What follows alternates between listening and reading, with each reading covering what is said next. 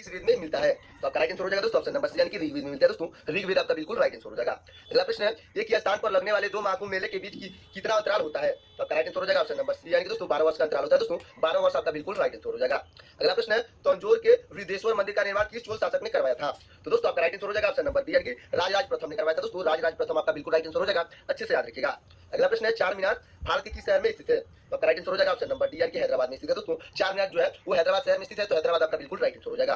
अगला प्रश्न है, संयुक्त राज्य अमेरिका की राजधानी वाशिंगटन डीसी किस नदी के किनारे स्थित है? तो आपका राइट आंसर हो जाएगा ऑप्शन नंबर सी यानी कि पोटोमैक नदी के किनारे स्थित है दोस्तों। पोटोमैक नदी आपका बिल्कुल राइट आंसर हो जाएगा।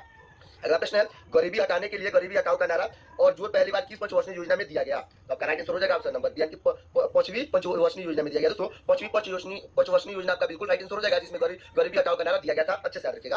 अगला प्रश्न है, भारतीय संविधान के किस अनुच्छेद में समता के अधिकार यानी कि राइट ऑफ इक्वालिटी का प्रावधान है? तो आपका राइट आंसर हो जाएगा ऑप्शन नंबर बी यानी कि अनुच्छेद 14 में दोस्तों। अनुच्छेद 14 आपका बिल्कुल राइट आंसर हो जाएगा, जिसमें राइट ऑफ इक्वालिटी का प्रावधान है, अच्छे से याद रखिएगा। तो दोस्तों हमारा अगला प्रश्न हो जाएगा, भारत के महान न्यायवादी यानी कि अटॉर्नी जनरल ऑफ इंडिया की नियुक्ति कौन करता है? तो आपका राइट आंसर हो जाएगा दोस्तों ऑप्शन नंबर सी यानी कि भारत के राष्ट्रपति करता है दोस्तों। भारत के राष्ट्रपति आपका बिल्कुल राइट आंसर हो जाएगा।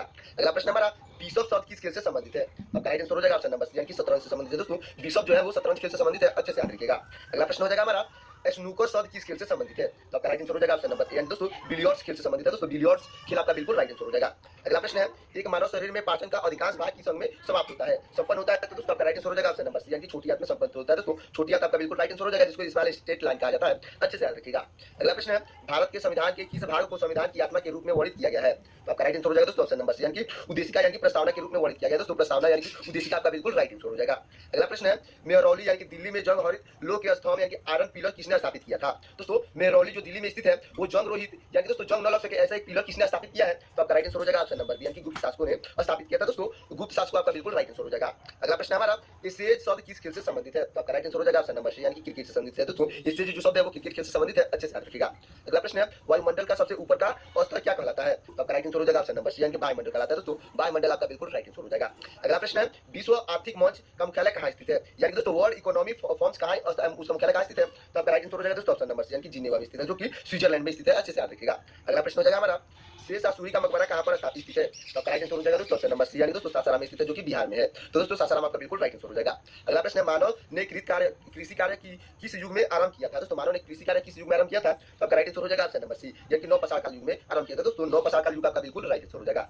अगला प्रश्न है, भारत का दक्षिणात्मक औसत इंदिरा पॉइंट कहाँ स्थित है? तो आपका राइट आंसर हो जाएगा ऑप्शन नंबर बी यानी कि दोस्तों अंडमान निकोबार द्वीप समूह पर स्थित है दोस्तों। अंडमान निकोबार द्वीप समूह आपका बिल्कुल राइट आंसर हो जाएगा।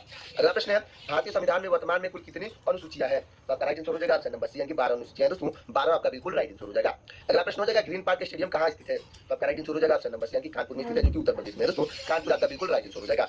अगला प्रश्न हमारा, राइडर कप किस खेल से संबंधित है? तो आपका राइट आंसर हो जाएगा दोस्तों ऑप्शन नंबर बी यानी कि गोल्फ से संबंधित है दोस्तों। जो राइडर कप गेम है वो गोल्फ से संबंधित है, अच्छे से याद रखिएगा। अगला प्रश्न हो जाएगा, वायुमंडल में थोड़ी देर रखने पर किस धातु के ऊपर हरे रंग की परत जम जाती है? तो आपका राइट आंसर हो जाएगा दोस्तों ऑप्शन नंबर सी यानी कि तांबे पर परत जम जाती है दोस्तों। तांबा आपका बिल्कुल राइट आंसर हो जाएगा। अगला प्रश्न हमारा, आकृति यानी कि दोस्तों फ्रीक्वेंसी का मात्रक यानी कि यूनिट क्या होती है? दोस्तों आकृति की मात्रा क्या होती है? तो आपका राइट आंसर हो जाएगा ऑप्शन नंबर सी यानी कि हार्ट्ज होता है दोस्तों। हार्ट्ज आपका बिल्कुल राइट आंसर हो जाएगा।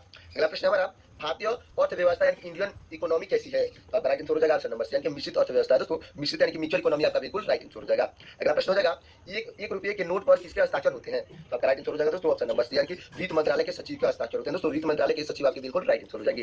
अगला प्रश्न, बंद अर्थव्यवस्था यानी कि क्लोज इकोनॉमी का क्या अर्थ होता है? तो आपका राइट आंसर हो जाएगा ऑप्शन नंबर बी यानी दोस्तों आयात और निर्यात का बंद होना होता है दोस्तों। आयात और निर्यात का बंद होना क्लोज इकोनॉमी का अर्थ होता है, अच्छे से याद रखिएगा। अगला प्रश्न हो जाएगा, लोकसभा का नेता कौन होता है? तो आपका राइट आंसर हो जाएगा ऑप्शन नंबर सी यानी कि प्रधानमंत्री होता है दोस्तों। प्रधानमंत्री आपका बिल्कुल राइट आंसर हो जाएगा।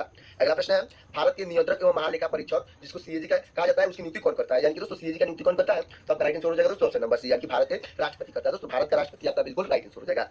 तो दोस्तों हमारा अगला प्रश्न हो जाएगा, पृथ्वी के अतिरिक्त किस ग्रह पर वायुमंडल यानी कि एटमॉस्फेयर पाया जाता है? यानी दोस्तों पृथ्वी के छोड़कर और किस ग्रह पे वायुमंडल या एटमॉस्फेयर पाया जाता है? तो आपका राइट आंसर हो जाएगा ऑप्शन नंबर बी यानी कि मंगल ग्रह पे पाया जाता है दोस्तों। मंगल ग्रह पे एटमॉस्फेयर पाया जाता है, अच्छे से याद रखिएगा। अगला प्रश्न हमारा, नीला ग्रह यानी कि ब्लू प्लैनेट के नाम से कौन जाना जाता है? तो आपका राइट आंसर हो जाएगा ऑप्शन नंबर सी यानी कि पृथ्वी जाना जाता है दोस्तों। नीला ग्रह के नाम से पृथ्वी जाना जाता है क्योंकि दोस्तों पृथ्वी पे 3 हिस्सा पानी है और 1 हिस्सा जमीन है, इसलिए उसे नीला ग्रह के रूप में जाना जाता है। अगला प्रश्न है, किस पंचवर्षीय योजना का मुख्य उद्देश्य आर्थिक आत्मनिर्भरता यानी कि इकोनॉमिक सेल्फ रिलायंस प्राप्त करना था? यानी कि दोस्तों किस पंचवर्षीय योजना के मुख्य उद्देश्य आर्थिक आत्मनिर्भरता प्राप्त करना था? तो आपका राइट आंसर हो जाएगा ऑप्शन नंबर सी यानी कि चतुर्थ पंचवर्षीय योजना का अर्थ था दोस्तों। चतुर्थ पंचवर्षीय योजना का मुख्य उद्देश्य था आर्थिक और आत्मनिर्भरता बनना, अच्छे से याद रखिएगा। अगला प्रश्न हो जाएगा, साड़ों की लड़ाई यानी कि बुल फाइटिंग किस देश का राष्ट्रीय खेल है? तो आपका राइट आंसर हो जाएगा ऑप्शन नंबर सी यानी कि स्पेन का राष्ट्रीय खेल है दोस्तों। स्पेन का राष्ट्रीय खेल है साड़ों की लड़ाई, अच्छे से याद रखिएगा। रहेगा। अगला प्रश्न हो जाएगा आइस हॉकी यानी कि दोस्तों आइस हॉकी किस देश का राष्ट्रीय खेल है? तो आपका राइट आंसर हो जाएगा ऑप्शन नंबर सी यानी कि कनाडा का राष्ट्रीय खेल है दोस्तों